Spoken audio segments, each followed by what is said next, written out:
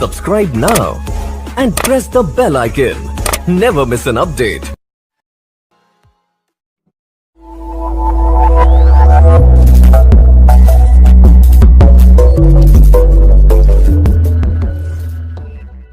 आपके लिए जो फर्स्ट कार्ड आया है वो है प्रिंसेस ऑफ स्वॉर्ड का।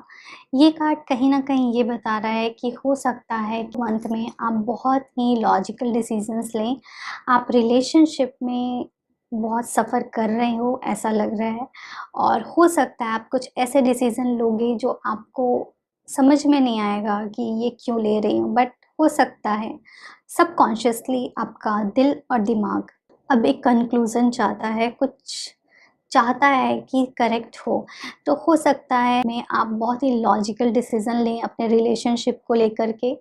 बट ये इसका मतलब ये नहीं है कि आप अपने रिलेशनशिप में अपने पार्टनर से प्यार नहीं करते, आप उनसे प्यार करते हैं, बट बहुत सी चीज़ों को कन्फ्रंट करेंगे जो करेक्ट नहीं चल रहा है आपके रिलेशनशिप में। ओके, वहीं दूसरी तरफ जो कार्ड है वो है टू ऑफ स्वॉर्ड का। हो सकता है बहुत टाइम से आप अपनी लाइफ में कुछ भी ऐसा बड़ा डिसीज़न नहीं ले रहे थे या लेने को डर रहे थे, आपको समझ में नहीं आ रहा था कि क्या ये डिसीज़न करेक्ट रहेगा। इसलिए ये टाइम आप अपनी लाइफ में कुछ इम्पॉर्टेंट डिसीज़न ले सकते हैं और ये डिसीज़न लॉजिकल होंगे, प्रैक्टिकल होंगे।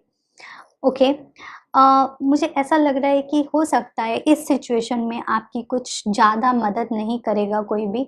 आप हो सकता है आपके डिसीज़न के अगेंस्ट बहुत सारे लोग होंगे। अगर आप मैरिड हैं और आप शादी से निकलने का डिसीज़न ले रहे हैं, तो हो सकता है आपको कोई सपोर्ट नहीं करेगा।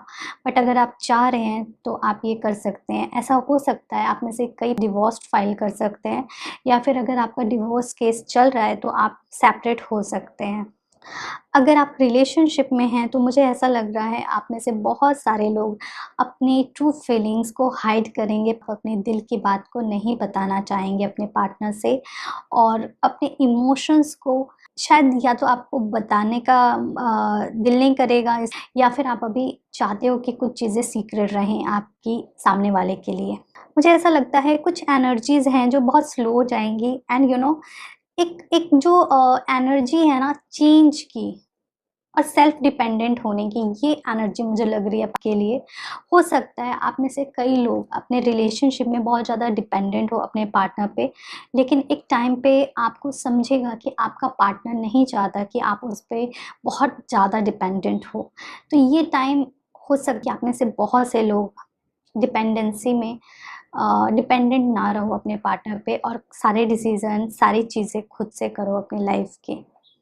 ओके, तो मुझे ऐसा भी लग रहा है कि आपको थोड़ा-सा अलर्ट रहना चाहिए। हो सकता है आपको कुछ ना कुछ टेंशन, हेल्थ इश्यूज़ या फिर आपको मेंटल इश्यूज़ हो सो मेक श्योर आप अपने को ऐसे पर्सन्स के आस-पास रखें, ऐसे फैमिली मेंबर के आस-पास रखें कि अगर कुछ भी इश्यू होता है तो they take care of you. Okay, so ये बात है।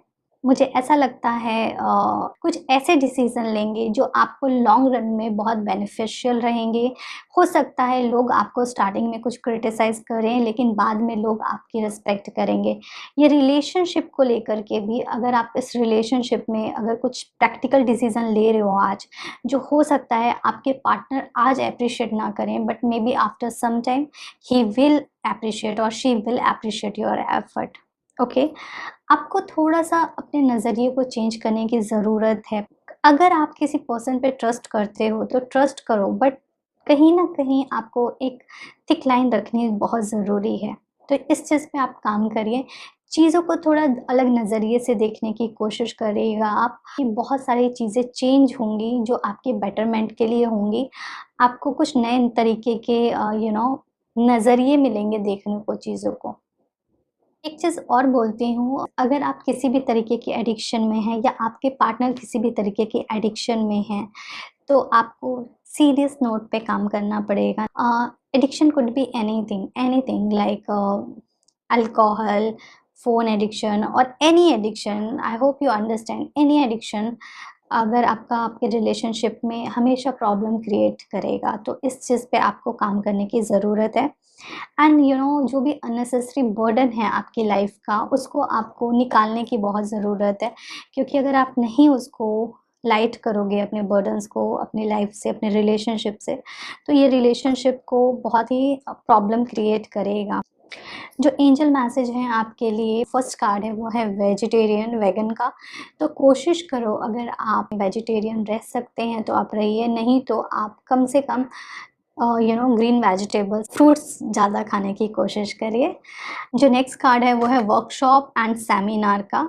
सो ये कार्ड ये बता रहा है कि खुद को थोड़ा सा बिजी रखें, कुछ ऐसी जगह जाएं जहाँ पे कुछ नई लर्निंग हो, या फिर ये भी इस चीज़ को आप इस तरीके भी समझ सकते हैं कि अगर आपका रिलेशनशिप काफ़ी टॉक्सिक हो गया है और आपको समझ में नहीं आ रहा कि आपको इस रिलेशनशिप में क्या करना चाहिए, तो आप रिलेशनशिप काउंसलर से मिलें और अपने रिलेशनशिप पे काम करें।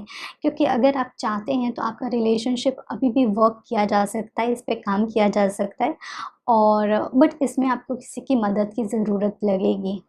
ओके, अगर आप किसी दोस्त से बात करना चाहते हैं, दोस्त से करें, किसी फ्रेंड से फैमिली मेम्बर से चाहते हैं, फैमिली मेम्बर से करें, और नहीं तो रिलेशनशिप काउंसलर्स के पास जाएं और अपने रिलेशनशिप पे काम करें।